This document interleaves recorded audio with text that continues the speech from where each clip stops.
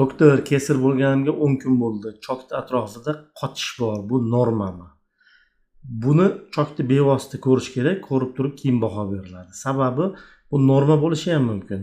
To'qimalarda baribir aseptik yallig'lanish bo'ladi, natijada ozgina shish bo'ladi, chandiqlanish bo'ladi. O'sha yerda biriktiruvchi to'qimalar egallaydi, chandiqlar hosil bo'ladi va shuni oqibatida ozgina qo'polroq, ozgina shishroq bo'lib qolgan bo'lishi mumkin.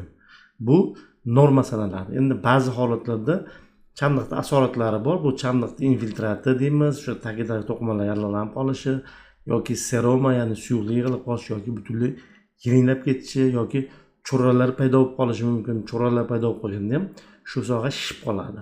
Buni bilish uchun albatta bevosita bemorni ko'rish kerak. O'sha chandiqni ko'rib turib, shunga qarab turib baho beriladi. Operatsiya qilgan doktorga yoki poliklinikadagi xirurgga ko'rining, ko'rib turib baholaydi. Yaxshi norma bo'ladigan bo'lsa, hech narsa qilish kerak emas.